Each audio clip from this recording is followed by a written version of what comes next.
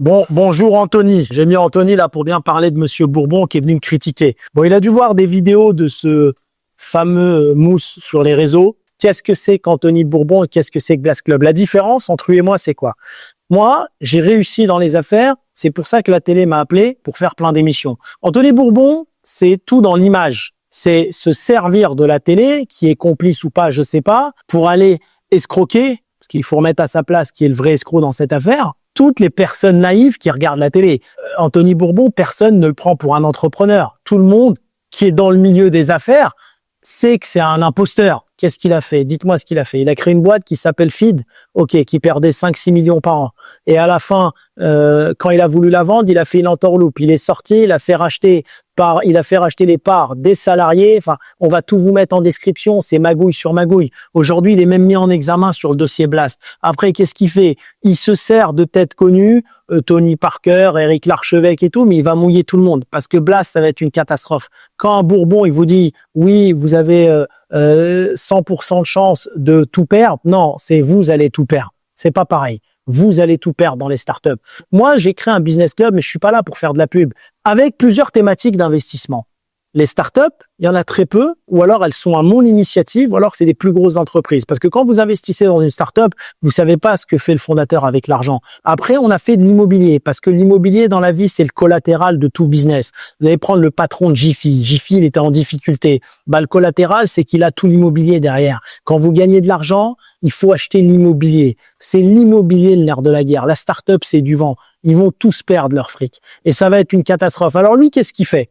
Il est très intelligent. Enfin, il prend des commissions. Quand vous rentrez dans Blast, c'est quoi? Il prend des commissions sur ce que vous investissez. Ensuite, si vous avez le bonheur de faire un peu de bénéfices, ce qui n'arrivera jamais, d'accord? Il prend des commissions aussi dessus. Et après, il a fait quoi? Il a dit aux membres, tenez, Blast, c'est rentable, c'est normal. Dans toutes ces startups, la seule qui gagne de l'argent, c'est Blast en elle-même. Tellement on douille tout le monde. Parce qu'on prend des figures à droite à gauche, tout est fait par l'image. Donc une fois qu'il a tout mis en avant, lui, il a pris l'argent, il a fait un exit, il a revendu ses parts quelque part sur une valorisation pipeau à des membres incrédules et vraiment naïfs. Lui, après, il a pris l'argent, il l'a mis dans l'immobilier. Hein.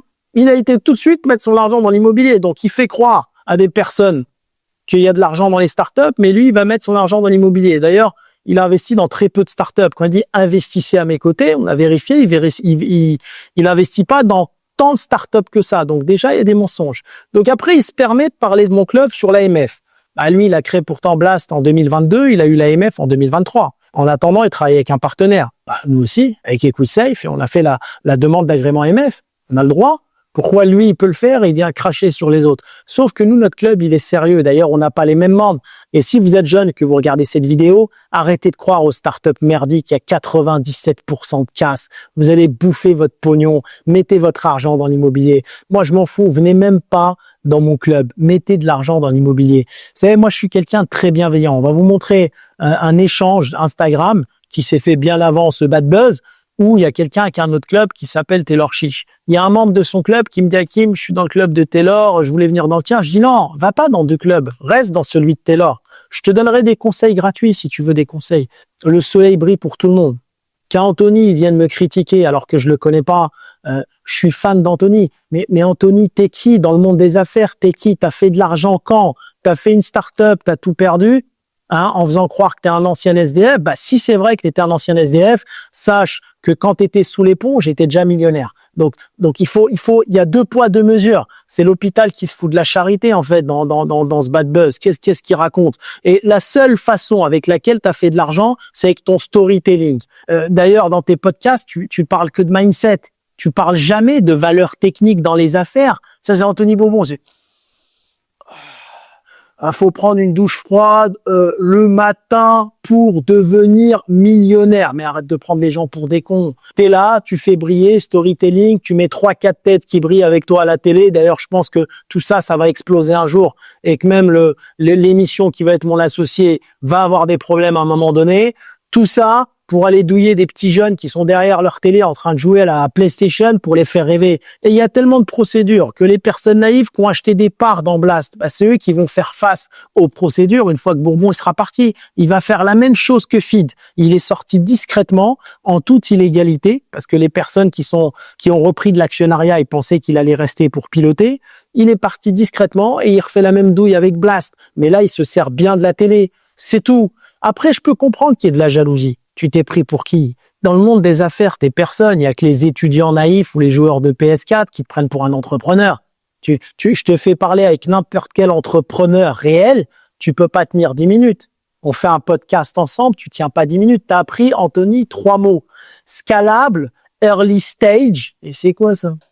Ça, c'est que l'abruti qui a pas compris que c'était quoi une start-up qui t'écoute. Il faut que ça soit scalable, early stage. Et c'est quoi ce délire de pipeau en carton? Et là, de toute façon, il va y avoir tout un documentaire sur Blast avec plein de choses qui arrivent parce qu'il oublie de vous dire qu'il est mis en examen par l'AMF parce qu'il dit aux gens investissez à mes côtés alors que c'est pas vrai. Parfois, il n'investit pas. Il est en procès avec plein de monde et on va révéler la vérité sur Blast et je peux vous assurer que Blast, ça va péter. Tu t'es pris à moi. Moi, tu sais, j'ai rien à perdre, Anthony.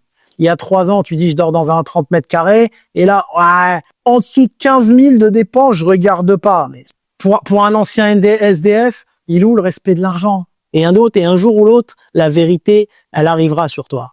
Elle arrivera dans les tribunaux.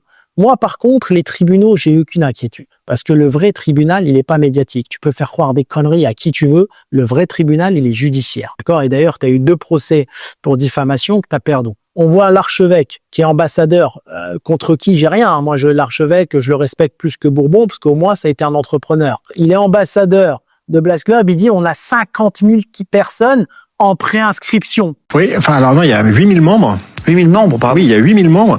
Je crois qu'il y a 50 000 personnes en attente qui veulent rentrer dans le club.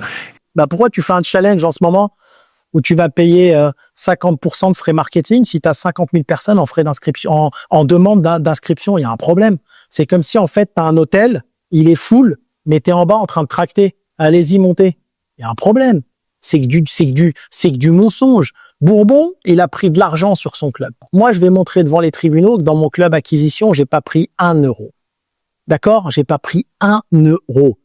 Parce qu'il y a toujours ces mauvaises langues. Oui, Hakim, il a pris 4-5 millions et il s'est sauvé. Mais les gars, j'ai gagné des dizaines, voire des centaines de millions il y a 10 ans. Vous croyez que je vais les prendre 4 millions, 5 millions et me sauver? Je me sauve où? Au Japon? J'étais avec Wissem, on faisait des podcasts. Dans ce club, il met une équipe marketing. L'équipe marketing, c'est Wissem avec des filles. Il prenait 20% du chiffre d'affaires.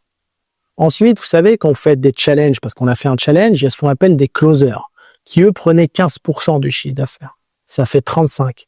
Ensuite, dans le challenge, il y a l'organisateur du challenge, qui s'appelle Jean, qui lui prenait entre 40 et 50% du chiffre d'affaires. Ça fait 75-80%. Et ensuite, Wissem voulait mettre un CEO qui s'appelle Romain, avec qui d'ailleurs j'ai jamais signé de contrat et qui devait prendre 15% du chiffre d'affaires. Et là, j'ai alerté l'équipe marketing, je dis attention les gars, il y a 90% du chiffre d'affaires qui part. Moi, dans le club, je veux rien. Ça me fait juste plaisir d'avoir des membres avec qui on réseaute. D'accord? Mais avec 10% du chiffre d'affaires, on n'arrivera pas à payer les événements, les intervenants et le CIO et les avocats du club lissés sur une année. D'accord? Donc, j'étais pas d'accord. Je leur ai dit, vous allez restructurer. Je vais restructurer le club. Le marketing, il en faut. C'est comme dans tout business. Mais il faut que le marketing ne dépasse pas 50% du chiffre d'affaires pour ensuite pouvoir payer les personnes de qualité, même si dans le club, je gagne rien. Et je vais le montrer devant la justice. J'ai pris 0 euro ce club. En attendant de mettre en place le nouveau modèle économique, à titre personnel, j'injecte de l'argent et je restructure. Et je ferai de ce club le club numéro 1 en Europe. Maintenant, on revient à Mistral et Spicy, parce que c'est Anthony qui fait le malin. Alors, vous avez vu, à chaque fois, il fait des émissions sur les gens, il est là, Y Combinator. Y Combinator. Y Combinator. Déjà, Y Combinator te connaît pas. Je suis en train de nous envoyer un mail. Ils vont nous dire qu'ils te connaissent pas. Tu es en train de rentrer peut-être dans certaines entreprises où Y Combinator est rentré, mais ça, tout le monde peut le faire. Ils te connaissent pas. Après, tu viens dire que nous, on a des deals mythos. Mais nous, on est vraiment rentré dans Mistral AI, on rentre dans SpaceX et on rentre dans plein d'autres grosses entreprises françaises et internationales. Nous, c'est la vérité. Dans cette vidéo, qui va être vue par beaucoup de monde, et on est rentré dans Mistral AI. Oui, oui. Et alors? J'attends que la justice m'appelle si je mens.